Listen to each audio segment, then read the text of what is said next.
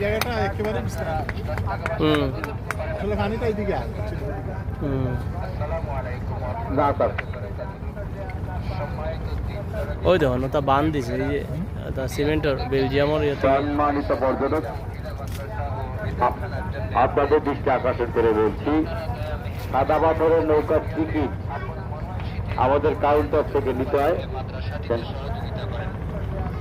আপনারা যারা সাদা পাথর যাবেন দয়া করে কাউন্টারে চলে আসেন। কাউন্টার উত্তর নৌকার টিকিট পাবেন না।